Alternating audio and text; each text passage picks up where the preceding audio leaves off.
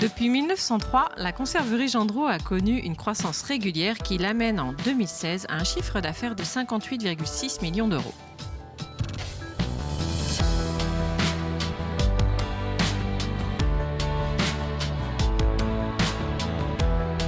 Les 270 salariés qui œuvrent dans l'atelier de 7500 m² travaillent chaque année 1700 tonnes de sardines, 3000 tonnes de maquereaux et 4000 tonnes de plats cuisinés.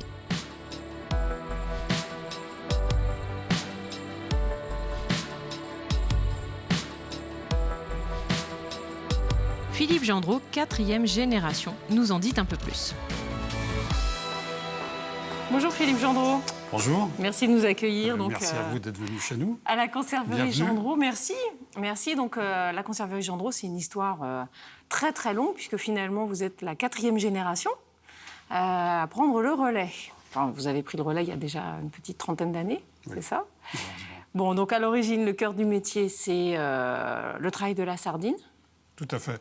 Alors, comme vous l'avez rappelé, l'entreprise est ancienne déjà, mais bien vivante. Oui. Car la société a été créée en 1903 par mon arrière-grand-père qui s'appelait Eugène, avec 3 frères. Donc c'était une affaire de famille déjà depuis l'origine. D'abord dans la transformation de la viande, ça on le sait pas, mais non, c'est vrai. En tout cas on l'a oublié. Oui. Et puis en 1906, il a racheté une petite entreprise de conserverie de sardines à Saint-Gilles-Croix-de-Vie. Et donc ce sont 2 Nantais qui ont créé cette société et qu'on a repris en 1906 par Eugène, l'arrière-grand-père, qui était très entreprenant et qui donc s'est lancé dans cette activité qui est au départ saisonnière, puisqu'on travaille uniquement avec le poisson frais débarqué par les bateaux de Saint-Gilles-Croix-de-Vie, donc la sardine et le thon.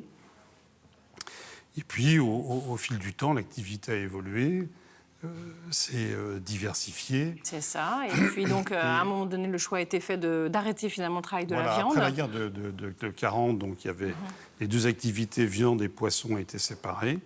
L'activité viande a été arrêtée à la fin des années 50. Et donc, mon père, Claude, a donc repris l'activité poisson qu'il a développée jusque dans les années 80. D'accord. Avec un métier qui a changé, c'est-à-dire qu'au départ, effectivement, on était sur une activité encore saisonnière après la guerre, avec du travail du poisson frais. Et puis, petit à petit, est arrivé le poisson congelé, le poisson surgelé, la surgélation. D'accord. Et puis, est arrivé dans les années 70, la grande distribution, qui a permis aussi à la société de se développer de façon plus importante. D'accord. Et donc, vous êtes arrivé en 1986 Oui, déjà 31 ans. 31 ans. 31 et ans, donc, ça ne me rajeunit pas. depuis que vous êtes là, beaucoup de choses se sont passées, avec finalement aujourd'hui une entreprise qui a, en tout cas sur ce site, 3 grands produits, familles de produits travaillés finalement. Donc la sardine de Saint-Gilles, les maquereaux, et donc vous avez aussi des plats cuisinés. Tout à fait. Alors, au début des années 90, on a lancé très vite on a très vite fait le pari du développement des plats cuisinés. C'était tout à fait nouveau pour nous. Et donc, on s'est lancé départ dans le plat cuisiné de poisson, à partir de thon et de poisson blanc. Et puis, au début des années 2000, on a diversifié cette activité vers la viande. D'accord.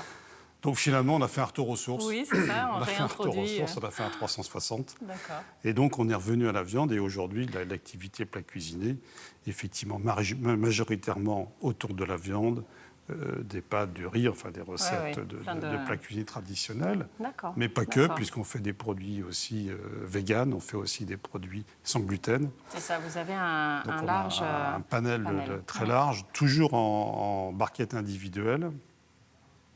Et puis, à côté, l'activité poisson a continué sa vie et s'est donc consolidée autour de la sardine et des maquereaux. Et des maquereaux, c'est ça. Pour lequel nous sommes aujourd'hui un des plus gros intervenants français. Sur le marché, c'est sûr. Avec la grande distribution et puis les boutiques. Production de plus de 20 millions de boîtes de maquereaux. Alors à notre marque, mais aussi à marque distributeur, car on travaille aussi. Une bonne partie de notre production était marque distributeur. C'est ça. Donc je vais aller mettre ma Charlotte, la blouse et tout ce qui va bien pour aller au cœur de l'atelier et découvrir comment sont travaillés les produits. Je vous remercie beaucoup, monsieur Gendreau. Merci à vous. À bientôt.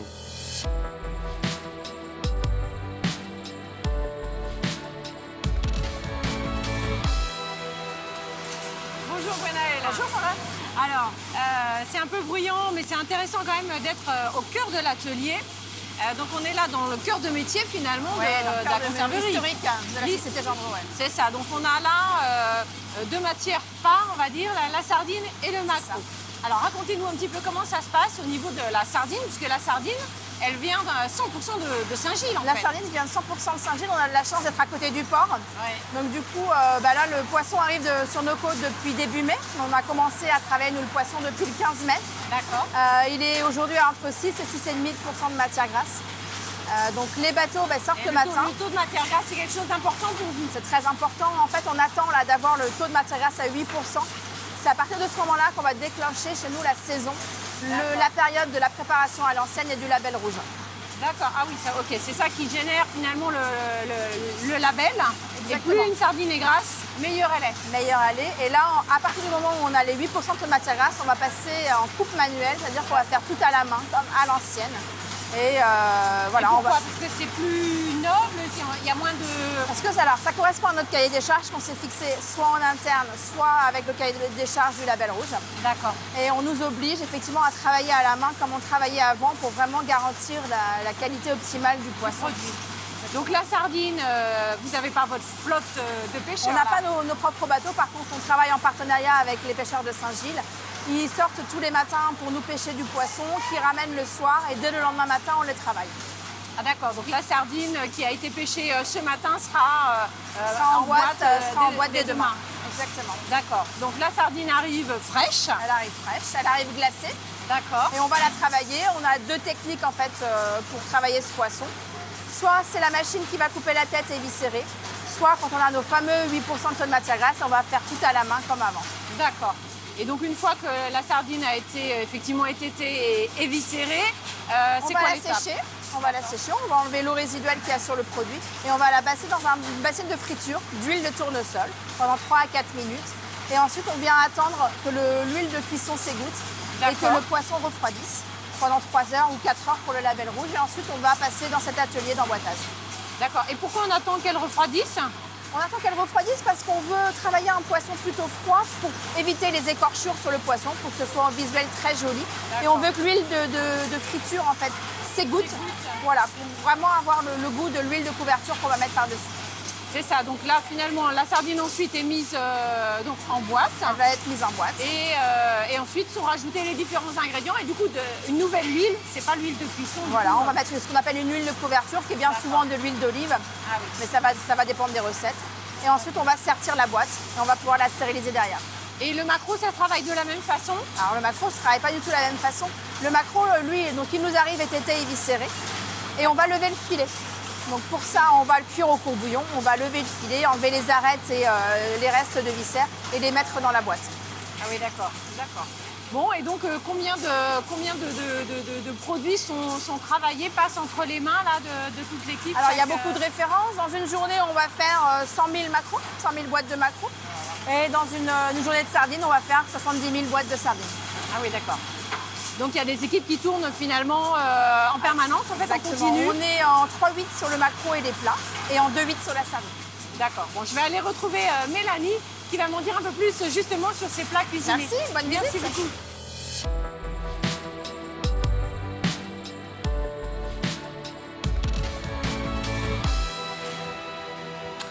Bonjour Mélanie. Bonjour. Donc nous sommes là au cœur du labo de recherche et développement de l'entreprise. Oui, tout à fait. Dans lequel donc, sont conçues notamment les recettes des plats cuisinés. Oui, pour la cuisine d'Océane, donc on développe les recettes pour la cuisine d'Océane de la même manière que l'on ferait à la maison. D'accord. Hein, dans la sélection des ingrédients, dans la formulation des sauces, des recettes, etc. D'accord, c'est un beau métier ma foi. Oui. C'est pas mal. Et donc chaque année, là, il y a combien de recettes différentes qui sont travaillées? Alors aujourd'hui, on fabrique à peu près 130 recettes. Sur la marque, on développe 10 nouvelles recettes par an. Ah oui, d'accord. D'accord. Et donc, ces recettes, donc c'est vous qui les inventez, qui les créez complètement, ou si finalement vous avez des clients exigeants qui vous disent on veut tel type de recette ou tel type de recette? Alors, on travaille pour notre marque en fonction des tendances du marché, des demandes des consommateurs, des usages. Donc, on va développer sur le sans gluten, sur le végétarien, sur des produits de terroir, cuisine familiale, simple. et avec du goût. Et puis on travaille aussi pour les grandes enseignes de la distribution. Et là, on va développer à façon, D'accord. en fonction de leurs demandes. C'est ça, j'allais dire à façon, c'est finalement eux qui vous disent on veut un Qui bœuf nous guident. bourguignon. Voilà. On peut travailler aussi en partenariat avec eux et leur proposer des idées recettes. D'accord. Donc les plats cuisinés, là, ça représente quasiment 50% là aujourd'hui de l'activité. Oui. Hein. Alors les clients, donc on évoquait les grandes surfaces. Oui, alors on travaille avec les grandes surfaces, donc avec la marque La Cuisine de Cerne sur les plats cuisinés, D'accord. avec la marque Le Trésor des Dieux sur les conserves de poissons, sardines, maquereaux, etc. Et puis on a aussi des marques dédiées pour l'épicerie fine et les magasins en propre, donc avec la marque La Perle des Dieux, Oui. donc e-commerce, boutique, et puis le Père Eugène sur la société en Bretagne. D'accord.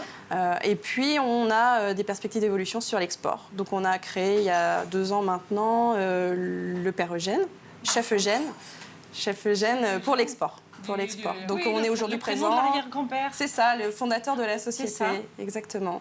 Donc, on est présent aujourd'hui en Europe, sur le marché anglais et européen. Donc les perspectives d'évolution pour l'entreprise, c'est ça, c'est une tendance vers l'export, puisque le marché français est peut-être du coup à maturité. On est sur des marchés en progression.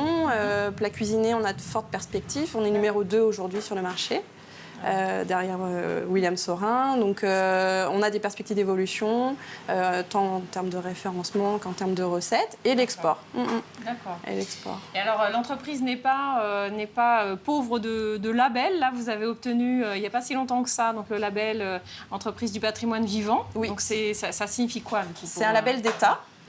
Donc qui valorise le savoir-faire de la société. C'est-à-dire qu'on travaille aujourd'hui à l'ancienne, comme on travaillait au début du siècle. Ouais. La sardine, donc c'est le travail des salariés, le savoir-faire, les petites mains des sardinières qui travaillent un produit de qualité. Aujourd'hui, le consommateur, il veut savoir d'où vient le produit qu'il consomme, très attaché au Made in France, ce qui est vraiment un axe différenciant pour la société Gendreau. Ouais.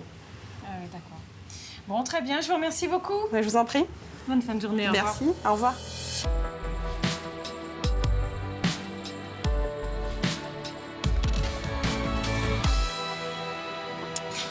Dans un monde économique en mutation où l'innovation est largement encouragée, elle paraît même indispensable, voilà une entreprise qui a trouvé son point d'équilibre. D'un côté, la recherche et le développement centrés sur l'innovation dans les recettes au regard des besoins des consommateurs, et d'un autre, la préservation des gestes ancestraux des sardinières, aux antipodes finalement de l'innovation, aujourd'hui reconnue par ce label Entreprise du patrimoine vivant. À méditer dans nos entreprises. Je vous dis à bientôt pour un prochain Mageco.